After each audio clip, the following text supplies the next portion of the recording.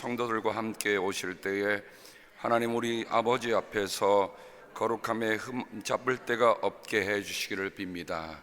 우리에게 주시는 하나님의 귀한 말씀입니다. 아멘. 오늘 13절의 말씀이 중요한 말씀입니다. 왜냐하면 데살로니가 전서는 바울이 쓴 첫 번째 편지입니다. 첫 번째 편지이자 모든 신약 성경 가운데 제일 먼저 기록된 바울의 편지입니다. 예수님께서 십자가에 달리셔서 죽으시고 부활하셔서 그리고 승천하신 후 아마 20년 내지 23년 어간에 이 편지가 보내졌습니다. 그러니까 사람들의 마음속에는 예수님의 십자가 사건과 예수님의 부활의 사건, 그리고 예수님께서 승천하신 그 사건이 마음속에 깊이 남아있을 그때입니다. 예수님이 승천하시면서 이렇게 말씀하셨습니다. 너희가 본 그대로 오리라. 사람들의 마음속에는 예수님께서 너희가 본 그대로 오리라고 하는 그 하늘의 음성을 사람들은 듣고서 예수님이 다시 오실 것이라고 하는 그 학수고대가 강하게 작용하고 있을 그때에 이 데살로니가 전서가 보내진 것입니다. 그러니까 예수님의 기다림의 사건은, 예수님이 다시 오심의 사건은 참으로 사람들에게 정말 가슴 떨리는 사건이었어요. 왜냐하면 예수님이 처음 오셨을 때는 어떤 일이 있었습니까? 우리가 누가복음에 전하는 혹은 마태복음에 전하는 예수님은 어디에 오셨습니까? 저기에 보이는 거기에 있던 여관에 들 방이 없어서 해산은 임박했는데 해산을 방을 내주는 사람이 아무도 없었습니다. 그래서 구유에 가신 거예요.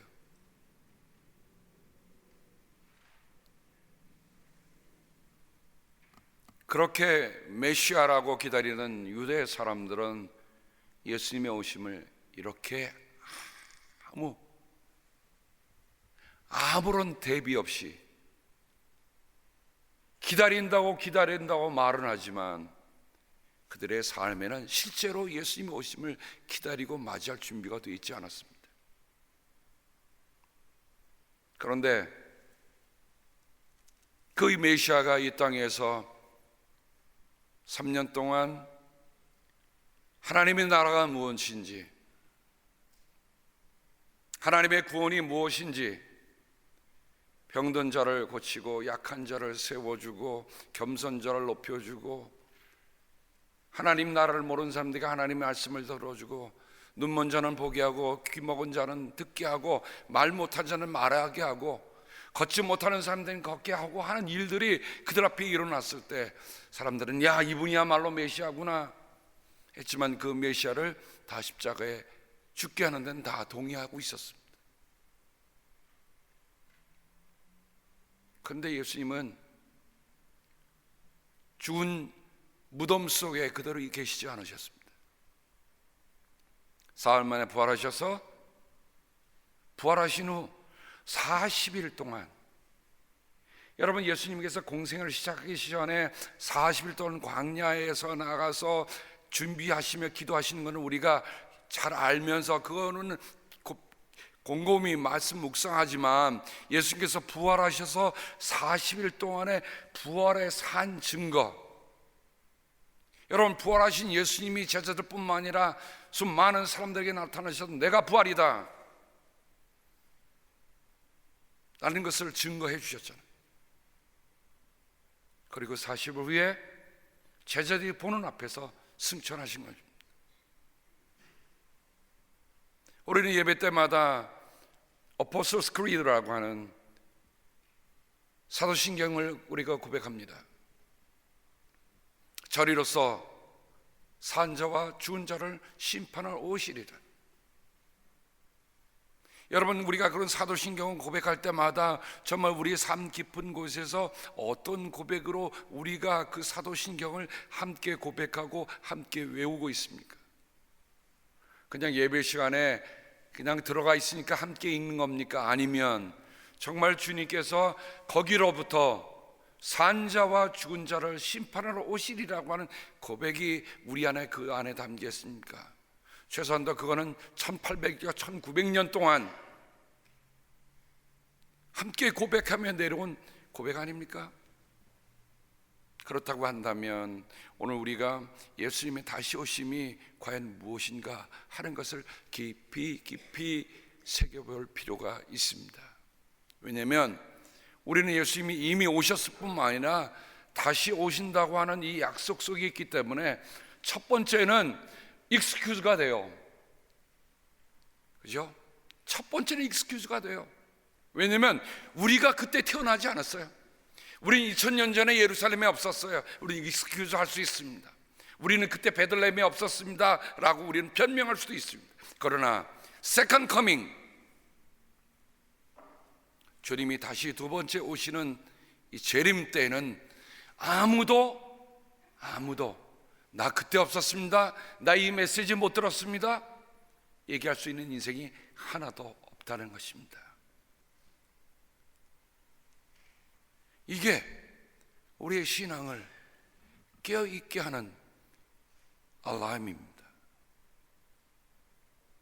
주님이 다시 오신다.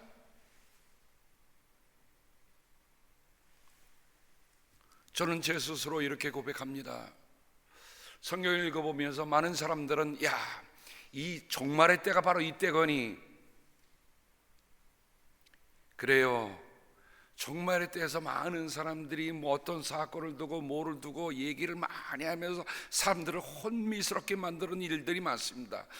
서문의 기독교의 이단이라고 하는 그 이단들의 특성은 뭐냐면 다 자기가 재림주고 재림이 자기 때 온다고 얘기하면서 사람들을 그렇게 미혹하고 이끌어갑니다. 속지 마세요. 예수님은 그렇게 오시지 않습니다.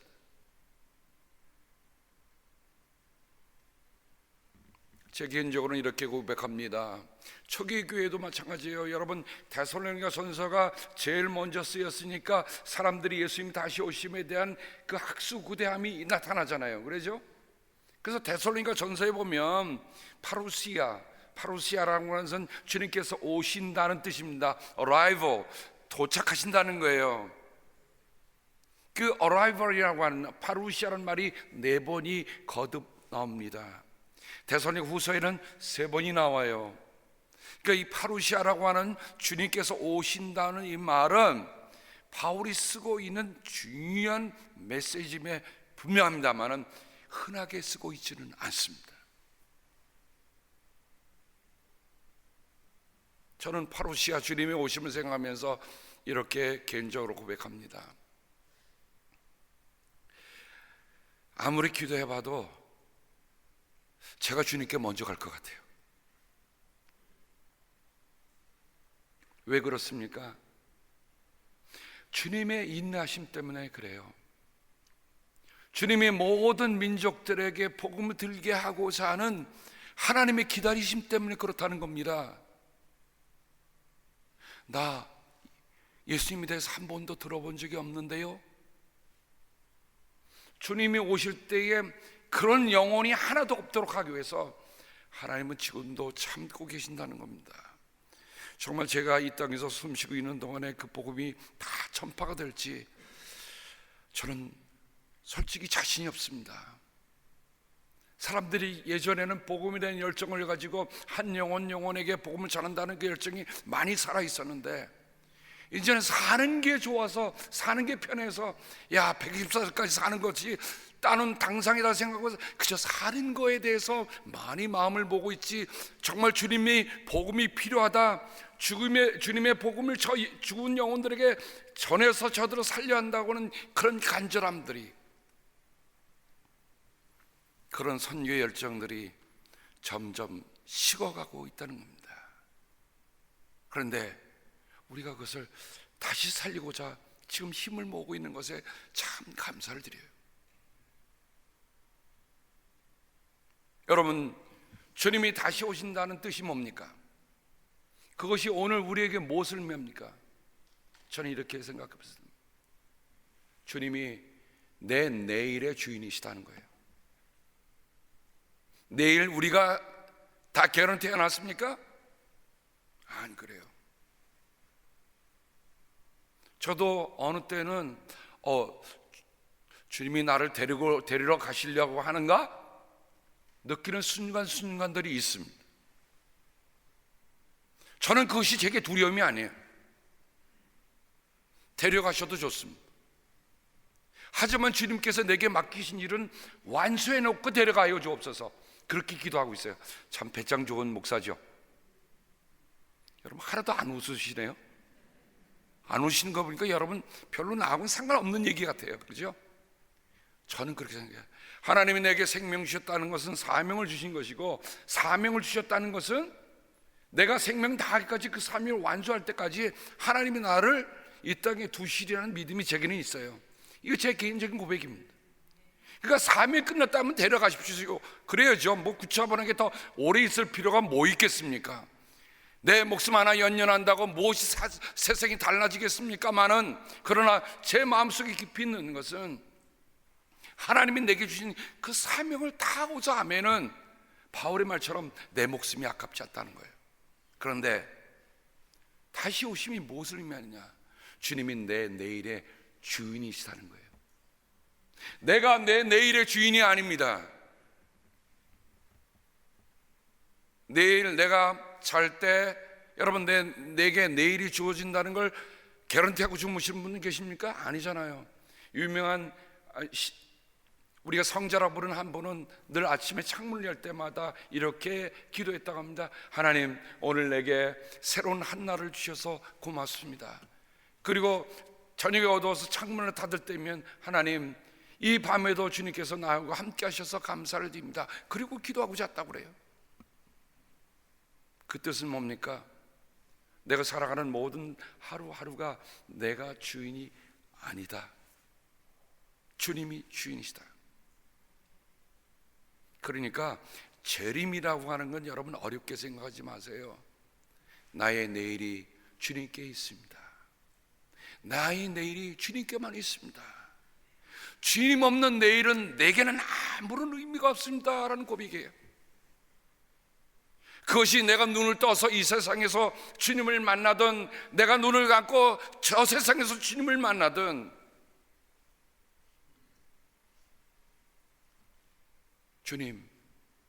주님은 내 주인이십니다. 내 내일의 주인이십니다. 내일의 주인이라는 말은 뭡니까? 오늘 또한 주님이 내 주인이라는 고백입니다. 그죠? 오늘 내가 살아가는 내 삶에 주님이 내 주인이라는 고백할 수 있는 사람만이 내일의 주님도 내일도 내 주님이라고 고백하는 거죠. 내 주인이라고 고백하는 거죠. 아무리 천지가 개벽하면 뭐합니까? 내가 그분을 모르면, 그분이 나를 모르면 나는 아무것도 아닌데.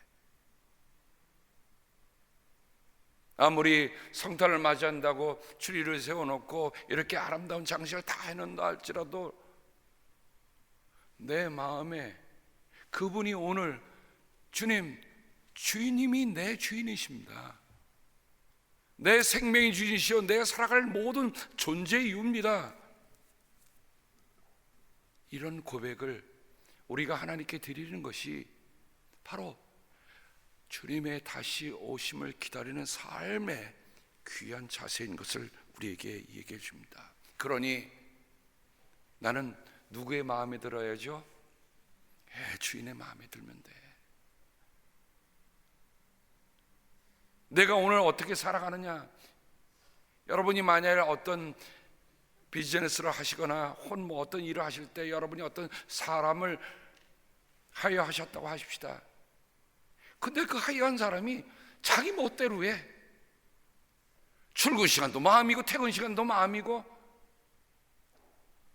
어지러잡혀서도 한번 청소하는 일 없고, 근데 꼬박꼬박 몸만 받아가요? 돈만 챙겨가. 있을 수 있는 일이 아니죠.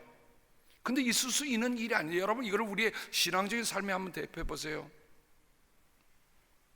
하나님이 오늘 우리에게 하루를 주셨는데 이 하루는 프레젠트입니다. 그래서 어떤 분이 Today is cash.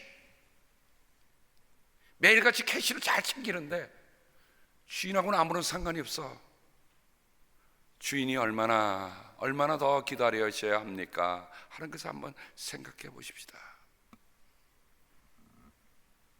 그러므로 오늘 우리가 주님이 다시 오시면 기다린다는 것은, 오늘 제가 처음 화면에 여러 가지 영어 단어를 여러분 그렇죠? prepare, awake, 그런 단어들을 쭉 했는데, 주님이 오시는 사람들의 특징은 뭡니까? 오늘을 깨어 있는 삶이에요. 파루시아라는 말을 복음서에서 찾아보니까 마태복음만 유일하고 쓰고 있더라고요.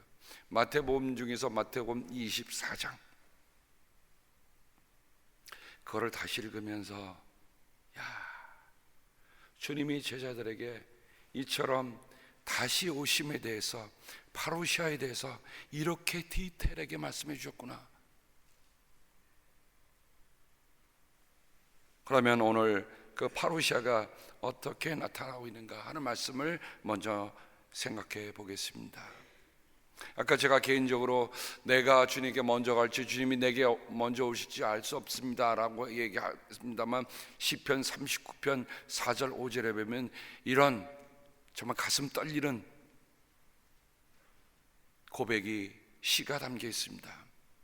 주님 알려주십시오. 내 인생의 끝이 언제입니까? 내가 얼마나 더 살 수 있습니까? 나의 일생이 얼마나 덧없이 지나가는 것인지를 말씀해 주십시오. 아니, 이런 시편이 있었나? 내가 30여 년 동안 설교하면서요, 이런 시가 있었나? 전 솔직히 가슴 떨렸어요. 이런 고백을 내가 하고 살아야 되는데, 주님 알려주십시오. 내 인생이 끝이 언제입니까? 내가 얼마나 더 살 수 있습니까? 왜 물어봅니까? 오래 살고자 묻는 얘기입니까? 아니요. 주님 없는 인생의 덧없음 때문에, 그 덧없는 인생 말고 주님 안에서 진짜로 가는 삶을 살고 싶어하는 사람의 고백입니다.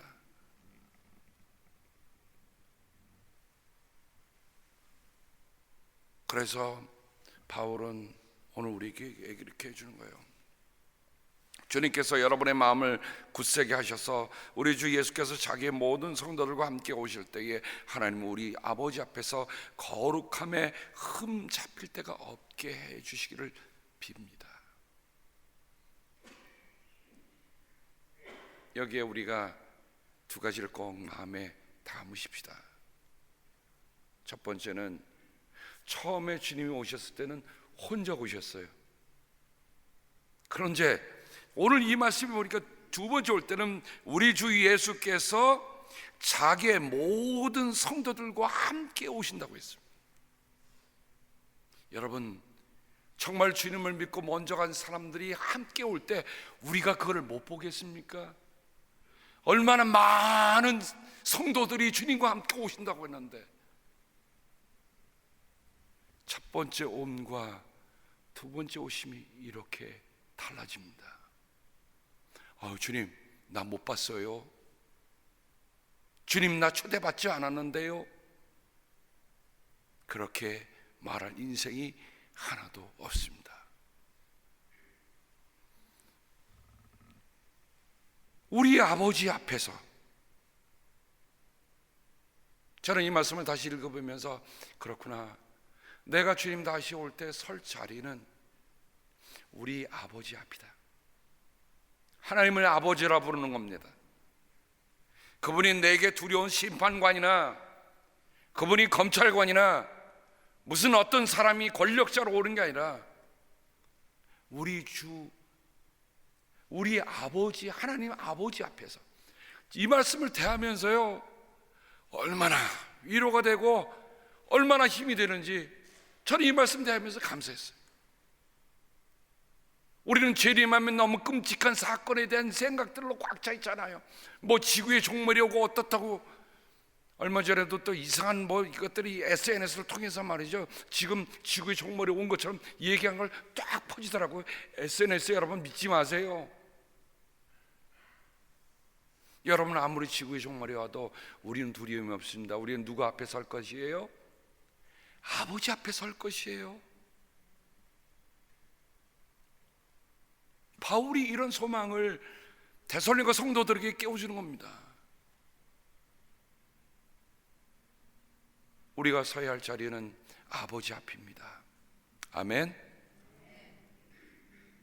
여러분, 별로 아버지도 안 좋아하시나요? 나는 우리 하나님 아버지도 좋아하고요, 제 아버님도 너무 보고 싶어요.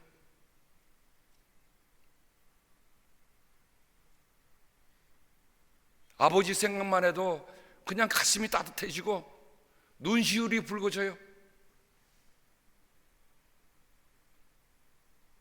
제가 예수 그리스도를 믿고 성령을 체험한 후에 하나님을 아버지라 부를 수 있는 것이 얼마나 큰 특권인지는 예수님도 가르쳐 주셨어요.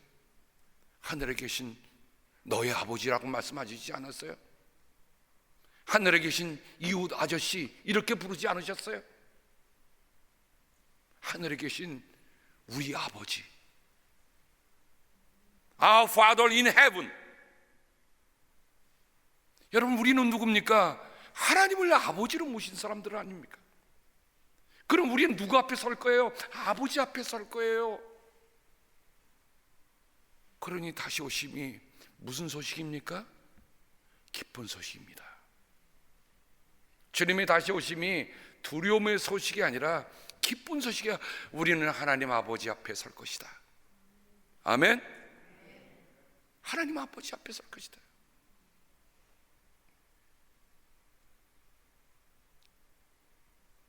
근데 하나님 아버지 앞에 서려면 바울은 두 가지를 오늘 우리에게 또한 얘기해 줍니다. 어떻게 하라고요? 네, 우리의 마음을 굳게 해야 된다. 두 번째는 거룩함에 흠 잡을 데가 없어야 한다. 여러분, 그리스도인 삶은 막연한 삶이 아닙니다. 우리가 하나님을 아버지로 믿고 고백하고 살아가는 삶, 우리가 주님의 뜻을 따라 주님을 기쁘시게 하는 그 모든 일에 있어서는 흔들림이 없어야 돼요. 마음을 굳세게 해주시고,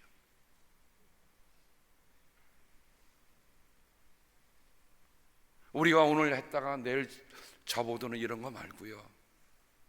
여러분, 감사한 것은 어제 몽골에서 유로교회가 첫 창립 예배를 드린다고 소식이 왔습니다. 여러분들이 보낸 선교비로 정말 저희 땅만한 큰 땅을 사고, 비록 성전은 좀 조그맣지만 그래도 2층 집을 사서 거기서 첫 예배를 드렸습니다. 제가 사진 올길 기다리는데 아직 안 왔더라고요. 이게 다시 오심을 기다리는 마음입니다. 사진을 봤으면 좀 성도들에게 다 보여주면서 이렇습니다. 하지만 여러분, 그곳은 아직도 예수 그리스도를 모르는 영혼들이 많잖아요. 근데 그들이 정말 그곳에서 첫 예배를 드리게 된 것, 마음만 생각해도 그렇게 기분이 좋을 수가 없어요. 누가 하신 겁니까? 성령께서 우리의 마음을 일깨우셔서 그곳에 정말 보내서 대지도 사고 건물도 사고, 그리고 교회가 반듯하게 섰습니다. 제가 기억하기로는 정말 이렇게 아름답게 시작하는 교회가 그렇게 많지는 않습니다. 그게 우리가 마음에 흔들림 없이 그 일을 행했기 때문에. 우리 비전 출입팀이 10분이 나오셨는데, 만약에 여러분 생각해 보세요. 모세가 12지파에서 한 명씩 보내고 딱 왔는데 세상에 10명은 우리는 죽었다, 우리가 우리 스스로 봐도 그들은 자이언트 거인이요, 우리는 메뚜기다. 제 성경을 보면서 이렇게 얘기합니다. 메뚜기는 가라. 우리 안에 자꾸만 그런 마음들이 이러잖아. 우리가 메뚜기다. 근데 여호수아 칼렙은 달라. 달랐습니다. 가자. 그들은 우리의 밥이다. 하나님이 우리에게 허락하셨다. 감사한 게 이번 비전 출입을 다녀오신 몽골 선교팀 10분이 감사하게 여호수아 갈렙 편에 드신 것을 주님의 이름으로 축복합니다. 한 분도 열셉처럼 그거 왜 쓸데없는 일에 그 일 하나? 우리가 봐도 그건 메뚜기 짓이야 라고 한 분이 하나도 없었어요. 하나님 하십니다. 그러므로 우리의 마음을 굳게 해주신 하나님께 감사를 드립니다. 동시에 거룩함에 흠잡힐 때가 없게 해주길 바랍니다. 우리가 뭐죠? 우리도 성도의 반열에 함께 들어갈 사람들입니다. 성도는 뭡니까? 하나님의 은혜로 예수 그리스도로 말미암아 다 깨끗함을 받은 사람들 아닙니까? 그 보혈의 공로를 힘입고 들어가는 사람들. 그 말은 우리의 행실뿐만 아니라 우리의 믿음의 삶에 있어 그 믿음이 결코 예수 그리스도의 보혈의 믿음이 흔들림이 없는 사람들이라는 거죠.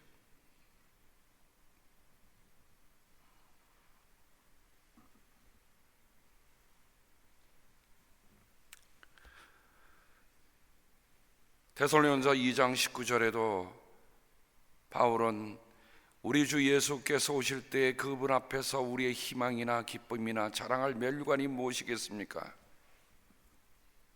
답이 뭡니까? 한번 따라 해보실까요? 제가 질문합니다. 우리 주 예수께서 오실 때 그분 앞에서 우리의 희망이나 기쁨이나 자랑할 멸류관이 무엇이겠습니까? 자, 따라합시다. 납니다. 시작. 바울은 데살로니가 교회에 있는 교인 성도들에게 이것을 깨우쳤어요. 바울이 3주간 동안에 데살로니가 가서 선교하고 그야말로 쫓겨나듯 나왔지만 그들이 데살로니가 교회에 보내는 편지를 보면서 우리는 뭐니 바울과 선교하는 일행, 그러니까 쉽게 얘기하면 우리가 몽골의 유료교회를 세웠지만 그 우리가 몽골에 편지를 보낼 때 우리의 희망이나 기쁨이나 자랑할 멸류관이 무엇이겠습니까? 라고 얘기할 때 그건 유료교회에 모이는 성도들 아닙니까? 사랑하는 여러분, 여러분이야말로 희망이요 기쁨이요 자랑할 멸류관인데 주님 앞에서 주님께서 오실 때 주님 앞에서 저는 여러분을 자랑하고 싶습니다. 주님, 제가 함께 섬겨온 성도들이 제 자랑이요 제 기쁨이요 제 멸류관이요 제 희망입니다. 저는 그렇게 고백할 것입니다. 데살로니가 전서 4장 15절에도 우리는 주님의 말씀을 여러분에게 이것을 말합니다. 주님께서 오실 때까지 살아남아 있는 우리가 이미 잠든 사람들보다 결코 앞서지 못할 것입니다. 끝으로 5장 23절 평화의 하나님께서 친히 여러분을 완전히 거룩하게 해주시고 우리 주 예수 그리스도께 오실 때에 여러분의 영과 혼과 몸을 흠이 없이 완전하게 지켜주시기를 빕니다.